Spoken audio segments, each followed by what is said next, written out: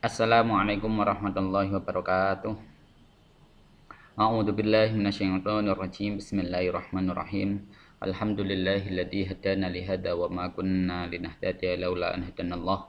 Rabbi shrah li sadri wa yassir li amri wa hlul 'uqdatam min lisani yafqahu qawli. Rabbana iftah bainana wa baina qaumina bil haqqi wa anta khairul fatihin. Pada para mahasiswa yang saya banggakan, mari kita awali pertemuan ini dengan membaca suratul Fatihah dengan harapan semoga kita mendapatkan ilmu yang berkah dan manfaat dari Allah Subhanahu wa taala. Ala hadihin al-Fatihah. A'udzubillahi minasyaitonir rajim. Bismillahirrahmanirrahim.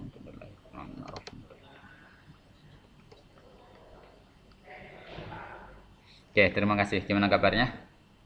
Baik ya, alhamdulillah. Setelah kita berbicara terkait dengan konteks sosiologis proses kanonisasi hadis, ya kanonisasi hadis ini istilahnya apa ya, kodifikasi hadis, pembukuan hadis, yang sentralnya itu pada masa Umar bin Abdul Aziz, di mana beliau memerintahkan Ibnu Syihab Az-Zuhri. Ya, nah disitulah hadis mulai ditulis karena ada beberapa alasan. Yang pertama itu terkait dengan bagaimana seseorang itu bisa mengetahui persis, ya paling setidaknya mendekati lah, tidak sampai persis, terkait dengan kehidupan Nabi. Yang kedua terkait dengan bagaimana untuk menjaga sumber Islam yang kedua itu sendiri, kan begitu.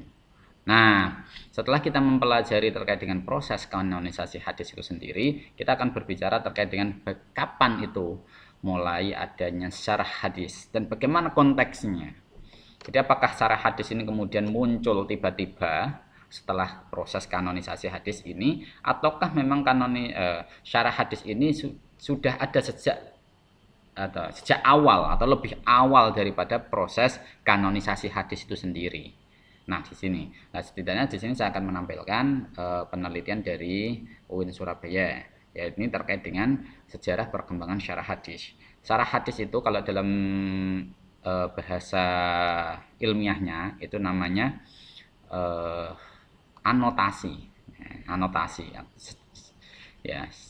Jadi semacam syarah penjelas. Dari syarah ini kalau dalam istilah Quran itu namanya tafsir. Jadi tafsir itu menjelaskan Al-Quran. Kalau dalam hadis namanya syarah hadis.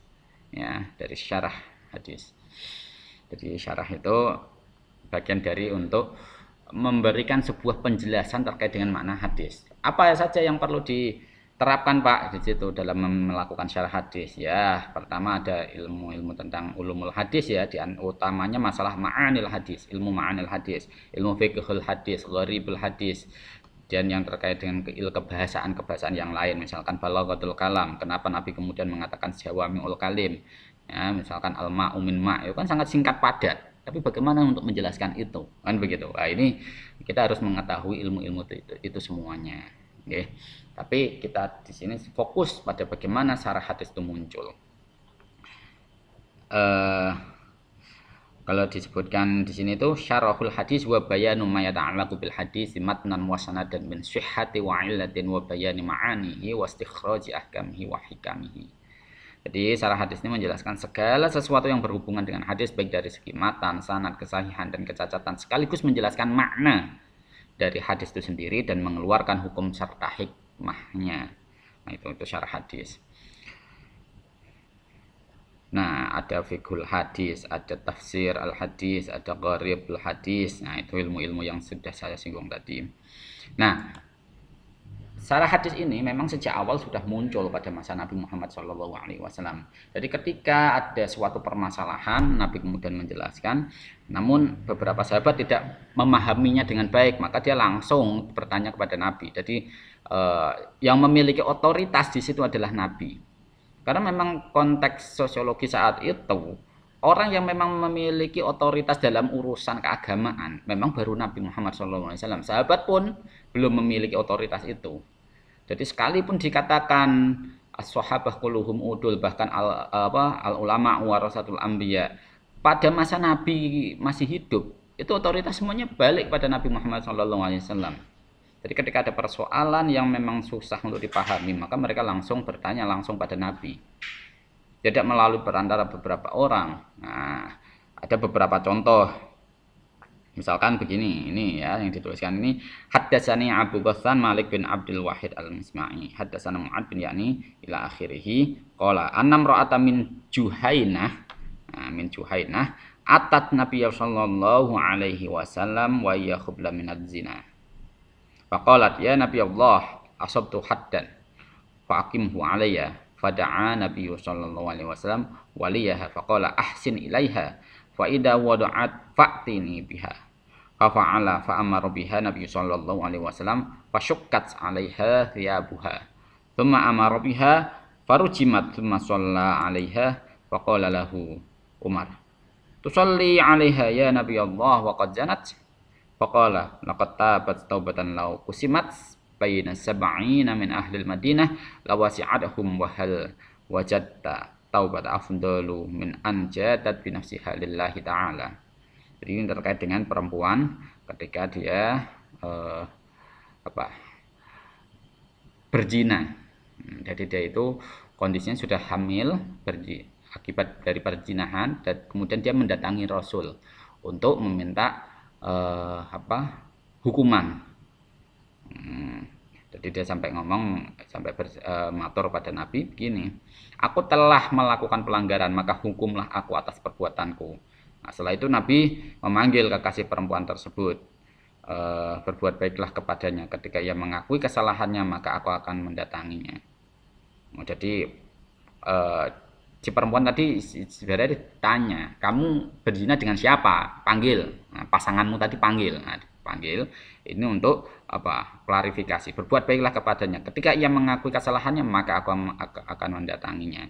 Kemudian Nabi memerintahkan perempuan tersebut untuk mengikat pakaiannya dan merajamnya. Kemudian Nabi mensolatinya sehingga Umar bin Khattab tanya, mengapa kau mensolatinya ya Rasulullah? Dia adalah seorang pezina. Jadi ketika laki-lakinya datang, ternyata laki-lakinya juga mengakui kesalahan itu. Maka sampai perempuan itu memang benar-benar dirajam sampai meninggal. Nah, kemudian setelah meninggal Nabi mensolatinya.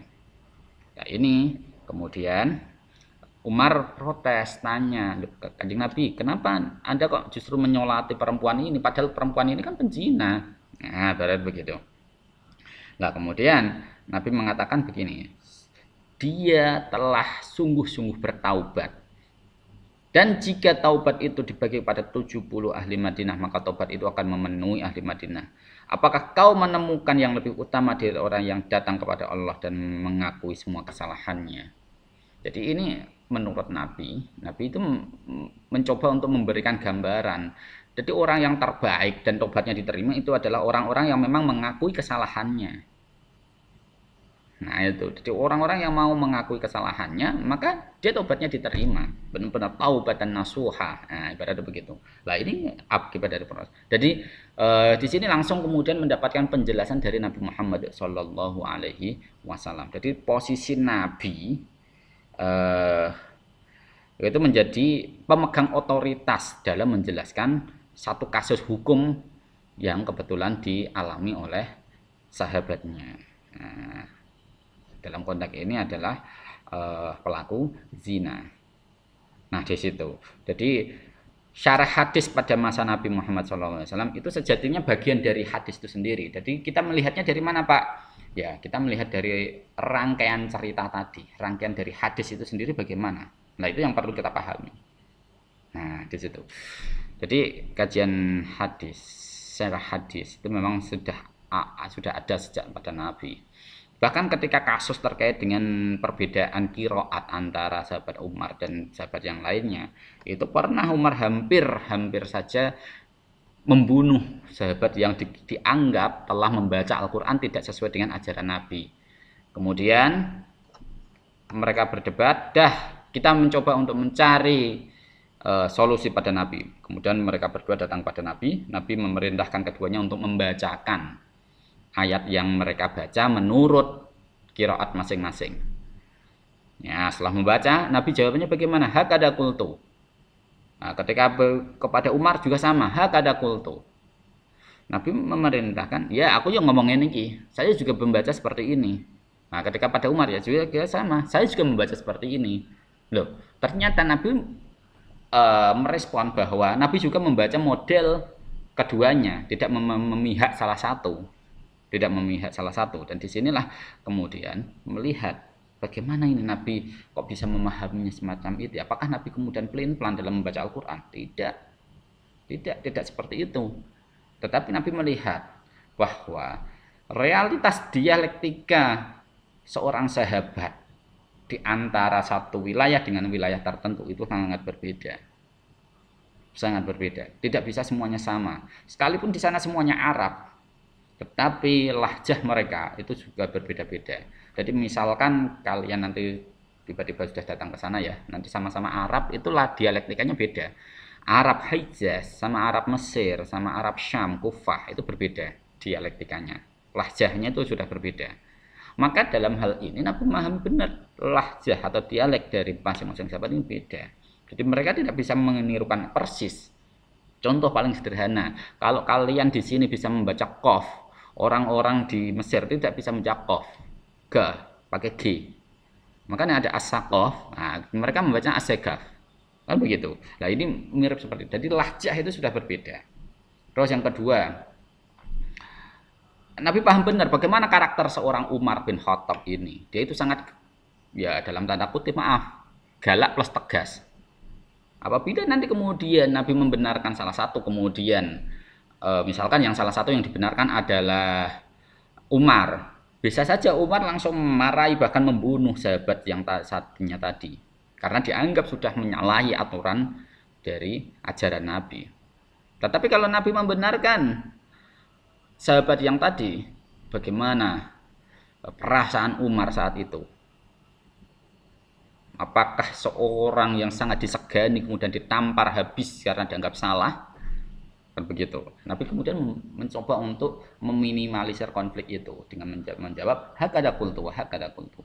Nah ini bagian dari bagaimana Nabi memahami seseorang untuk diberikan sebuah penjelasan. Nah, jadi pada masa Nabi, Nabi yang memegang otoritas. Lantas bagaimana kemudian ketika sudah Nabi tiada? Apakah otoritas ini masih dipegang oleh Nabi? Tidak. Otoritasnya ini sudah masuk kepada sahabat. Jadi sahabatlah pemegang otoritas. Wah, yang katanya as-sahabah warasatul anbiya. Jadi as-sahabah itu bagian dari ulama ya. Warasatul anbiya. Jadi pasca Nabi meninggal, setelah Nabi meninggal, mereka lah yang memiliki otoritas itu. Misalkan kasus ini kasus yang diriwayatkan oleh Muhaddatsana Muhammad bin Subah, Haddatsana Khalid bin Abdullah an Amr bin Yahya bin Umarah dan seterusnya ila akhirih qala li qala qila lahu tawadda lana wa wudu'a lana Rasulullah sallallahu alaihi wasallam fada'a bi ina'in fa aqfa minha ala yadayhi fa ghasalahu ma thalathan thumma adkhala yadahu fastakhrajaha famadmadha wastanshaqa min kaffi wahidin fa fa'ala dhalika thalathan thumma adkhala yadahu fastakhrajaha faghathala wajhahu salatan thumma adkhala yadahu fastakhrajaha faghathala yadayhi ilal mirfaqaini marrataini thumma adkhala yadahu fastakhrajaha famasaha bi ra'sihi faqbala bi yadayhi wa adbara thumma ghasala rijlaihi ilal ka'bain thumma qala hakadha dakani wudu'a Rasulullah sallallahu alaihi wasallam. Jadi ketika seorang sahabat seorang tabi'in ya, tabi'in itu bertanya kepada salah satu sahabat yang di sini itu sahabatnya siapa ini?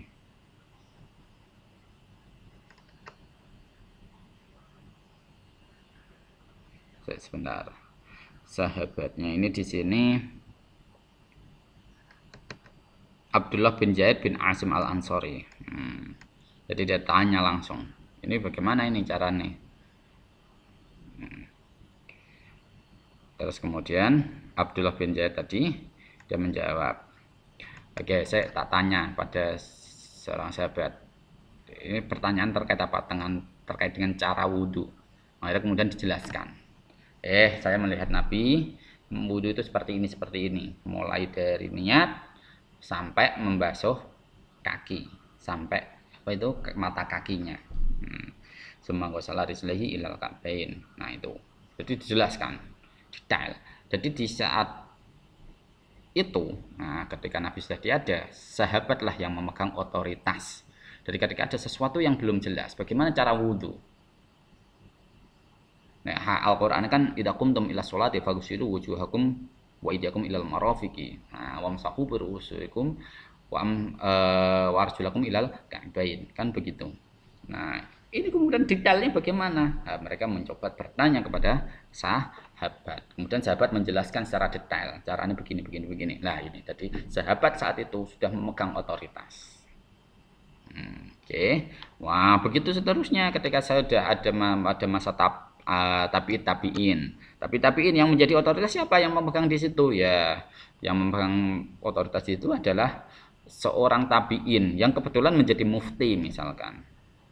Misalkan kayak pada masa Umar bin Abdul Aziz, yaitu memerintahkan beberapa sahabat termasuk Ibnu Syihab Az-Zuhri. Jadi dia itu selain sebagai kompilator hadis atau orang yang mengumpulkan hadis, dia juga sebagai orang yang dianggap paham terkait dengan hadis Nabi itu sendiri.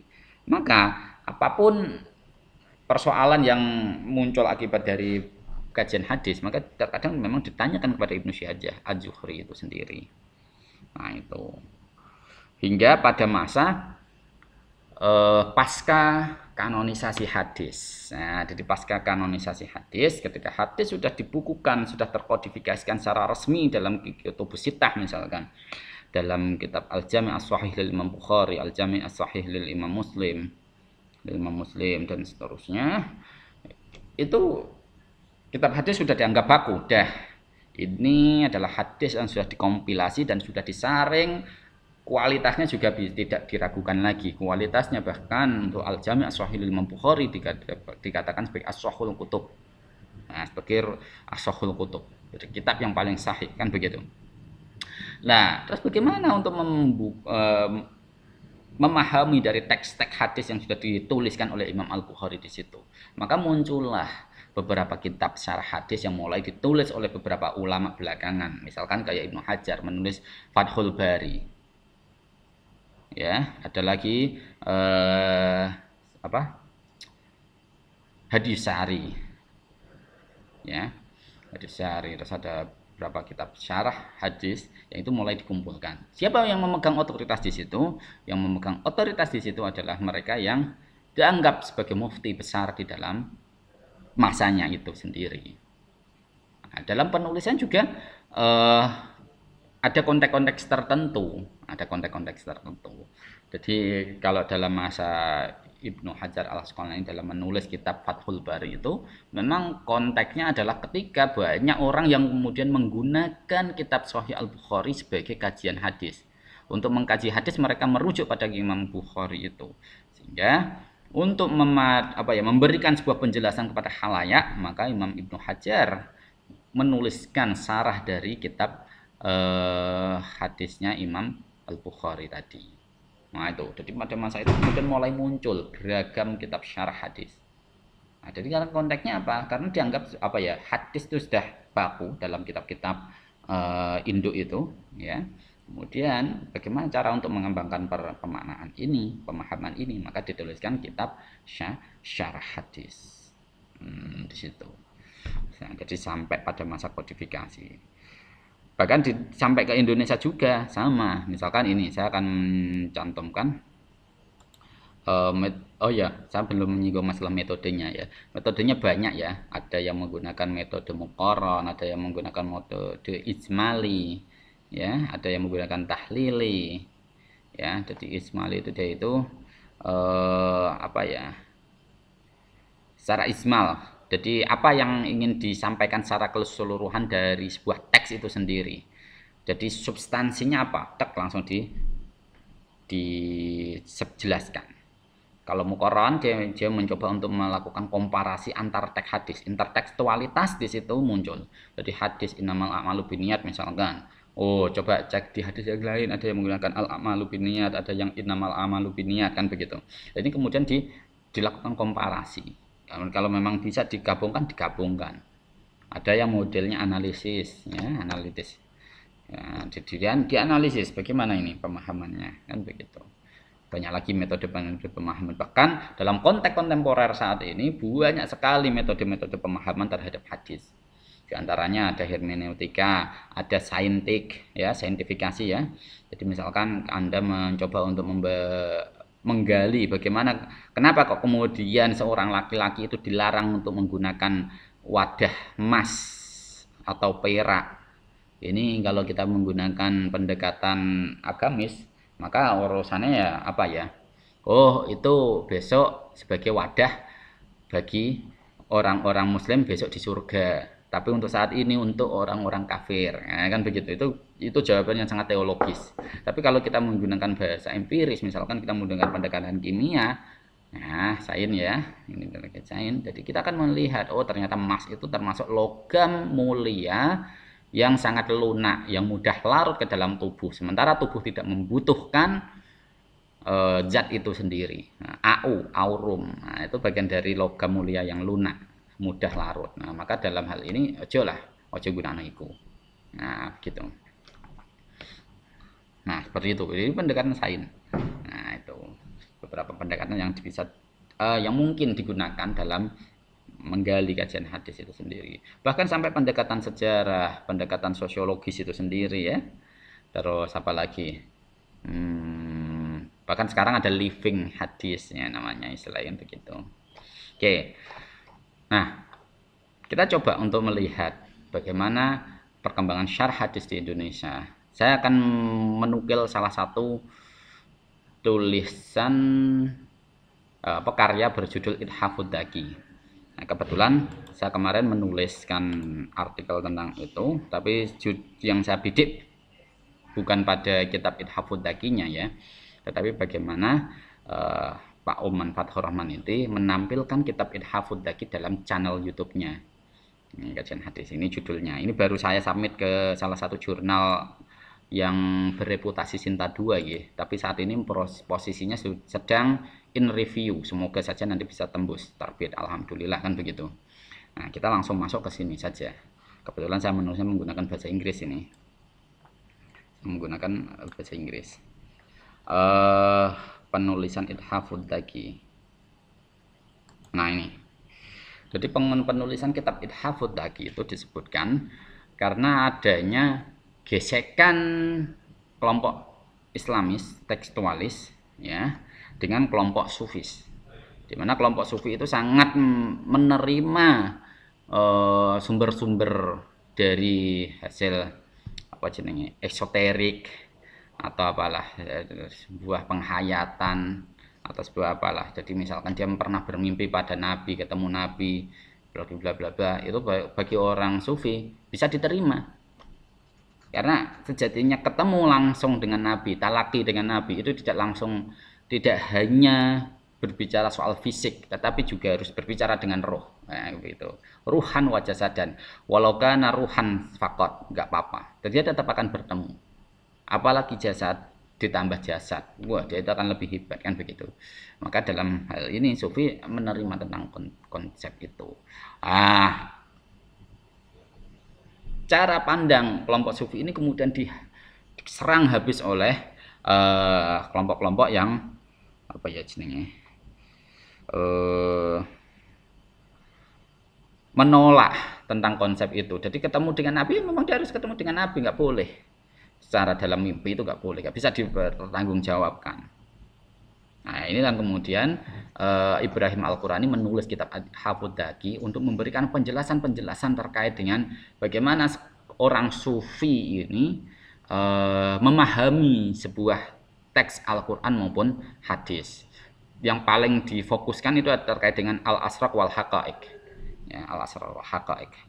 Jadi konsep wahdatul wujud atau apa itu yang kemudian ditampilkan. Bagaimana cara mereka menjelaskan tentang Ithafud Daqi itu sendiri. Nah, kemudian di sini Nabi dia memulai dari pernyataan Nabi yang mengatakan taraktu fikum amroini idza tamassaktum bihi malan tadillu abadan, kitabullah wa sunnati rasulih. Nah, jadi di sini adalah kitabullah dan sunnah Rasulullah. Jadi apabila ada kaum Sufi kok dia bertolak belakang dengan kitabullah dan sunnah Rasulnya, maka dia tidak dikatakan sebagai Sufi sungguhan. dia ibaratnya sufi abal-abal. Nah, jadi di penekanan pertama seperti itu. Lalu terus bagaimana mereka kemudian memahami? Jadi selama mereka itu masih mendasarkan argumentasinya pada Al-Quran, maka dia tidak bisa dikatakan sesat. Begitu juga ketika dia mendasarkan argumentasinya pada hadis, dia juga tidak bisa dikatakan sesat.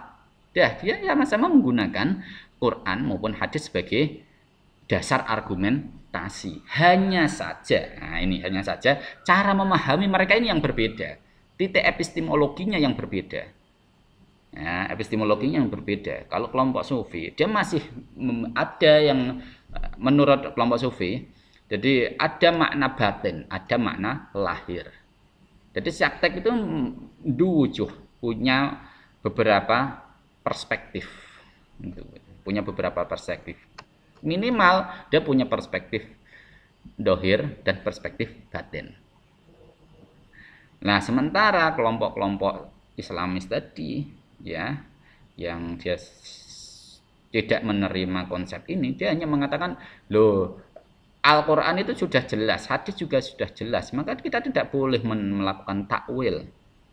Jadi dia hanya memahami adanya makna lahir saja, makna batin tidak diterima, ditolak. Nah, ini perbedaannya pada penerimaan makna batin dan makna zahir.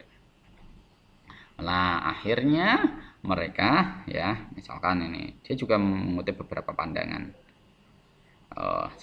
Saya fokus ke hadisnya dulu, ya. Hadisnya. Oh, ini. Jadi ketika dia menjelaskan tentang makna ihsan itu bagaimana? Di dalam hadisnya ada, di kitab Arba'in Nawawiyah itu kan disebutkan ihsan.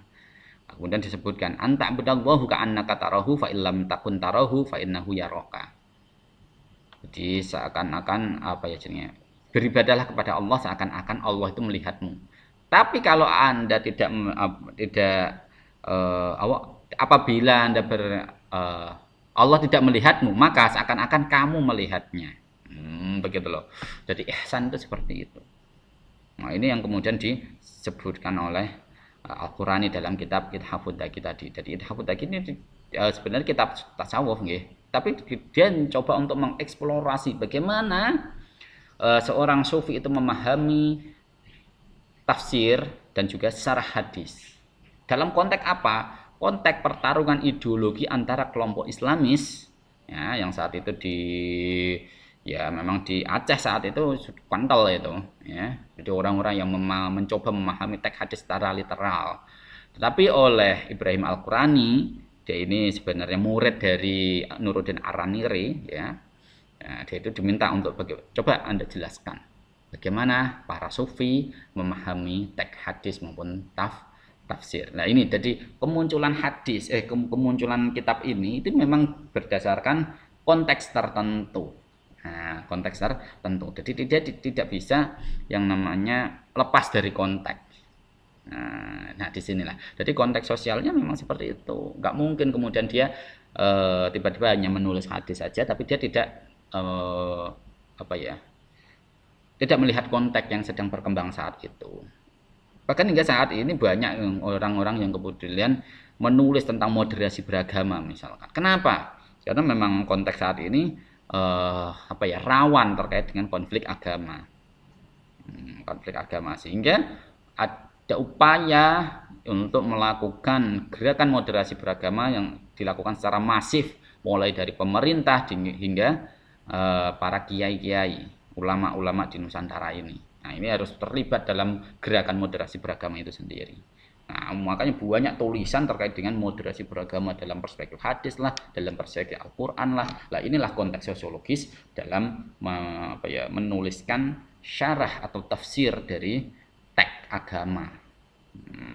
Dalam konteks ini adalah hadis. Nah, itu yang dapat saya sampaikan. Kurang lebihnya saya mohon maaf. Mari kita nanti diskusikan di WA Group, ya. Barangkali ada pertanyaan silahkan di situ.